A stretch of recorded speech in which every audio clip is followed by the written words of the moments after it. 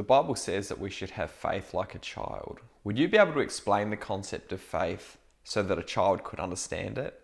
I'm going to give you some thoughts in this video that you may not have considered before. The Bible says that without faith it's impossible to please God. That whoever would come to him must believe that he exists and that he is the rewarder of those who diligently seek him. Hebrews 11:6. So many people associate faith with feelings. I feel faith, therefore I have faith. They go to some sort of experience or conference, or they get some sort of emotional high when they've got music on, or they feel like they trust God more, and then they measure their faith by how they're feeling. But this can actually be very deceptive, because faith can produce feelings of confidence for sure, but at the same time it's very easy to get lost in putting our faith in our feelings of faith. And when we have faith, when we feel faith, we're happy, and then when we're not feeling faith, we become discouraged, even though we can practice faith no matter how we're feeling. And oftentimes when we are living in a place where we just don't feel anything, where God has withdrawn himself, he might even be testing us, this is the time when we can exercise the greatest faith. Because faith isn't an emotion, it is a trust, a confident belief and assurance that God is who he says he is in his word, and that he can do what he says he can do.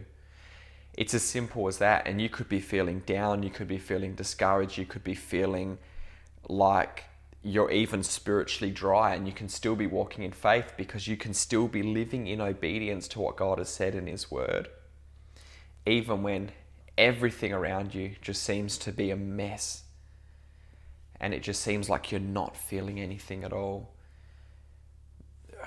I love I think it was Tozer who said that what comes into your mind when you think about God is the most important thing about you, because this shapes everything. It shapes the entire way you live. Who you think God is will transform the way that you live your life. And so many people treat faith as if it's this external thing that they're trying to get more faith. I'm just trying to grab this faith. I'm trying to get this faith. But it really doesn't work like that. It's like a tree. If you have a lemon tree, you plant the seed, the tree grows, it produces fruit, produces lemons. And it's the same with faith. You take that seed of faith and it can grow into a tree that just produces the fruit of faith without you trying to produce faith. It is just the natural result of a good tree. So many people live their life as if they're just trying to stick pieces of fruit on the tree. But what happens when you want to increase your faith? The way to do it is simply to get a higher conception of God. That's it. It's not to feel anything. It's not to do anything. It's just to get a higher conception of God. So you go to the Bible, you go to his word, and you meditate on who he says he is in this word, what he says he has done, what he says he can do. And faith is simply believing that. Faith is not trying to believe that. Faith is believing that. It's like, say for example, you've got, here we go, $10 note, Australian note, backed by the government, the Australian Reserve Bank. How do I have faith that this note, that I can take this to the store and I'm going to give it to someone and that they're going to accept it? How do I have faith in that? Well, it's because it's backed. Here, it's signed by the governor of the Reserve Bank of Australia. It is official, legal currency.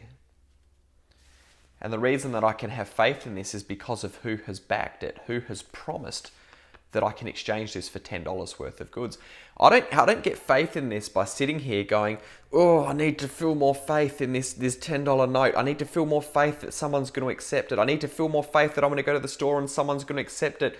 God, give me faith that someone's going to accept this $10 note. Oh, I just need to believe. I need to believe. I need to pray for 10 hours so that I can just have the faith to accept that. No, you just instantly accept it without even thinking about it because of who has backed it.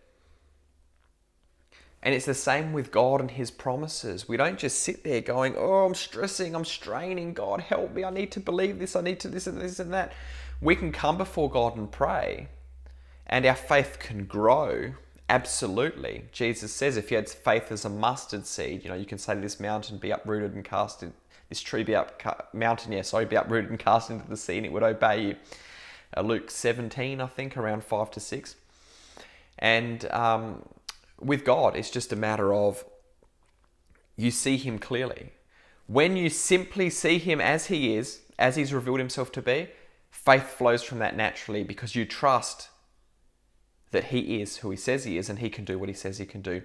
So really the only obstacle to having faith is not seeing God clearer, and the only way to greater faith is to see God clearer.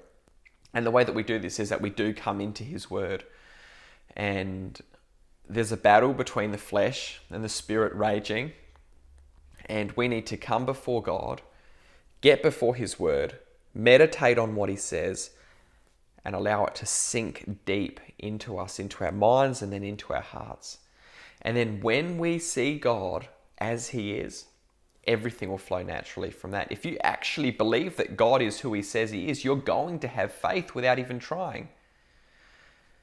So I just want to say, if you want to increase your faith, the greatest thing that you can do is to get alone with God, open his word, cry out to him in prayer and say, God, reveal yourself to me. Reveal yourself to me. And as you do, you release that faith, his grace will come in, it will transform you, he will give you revelation. As you lean not on your own understanding and trust in him, his understanding will come in, you will start to see him clearer, and everything in your life will transform without you even trying to do it. And faith will be the natural byproduct, the result of seeing him clearer. It's the same as with the $10 note. You have faith in this because it has been backed by the government. It's been backed by the Reserve Bank. And in the same way, we can have faith in God's promises because they've been backed by the King of the universe. They've been backed by God. It's his word. He has put his stamp on those promises.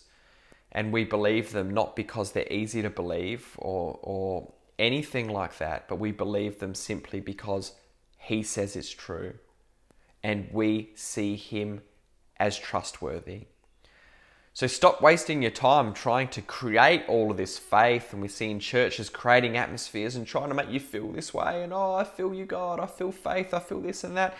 And then you walk out and your life isn't any different. It's not change. That's not faith. That's emotionalism. That's a mountaintop experience. That's hype. What you want to do is to know God more. And when you know God more, faith will flow from that place. So I hope that is helpful to you, brothers and sisters. Focus on getting alone with God. Focus on simply knowing him. So many Christians get distracted by Christian activity. They get distracted by theology. Focus on knowing him, and not just with your head, but allow it to sink down into your heart that you know him and that you trust him so much, and you live from that place, and that faith naturally follows, just like you naturally breathing because your body's functioning properly. God bless you, friends.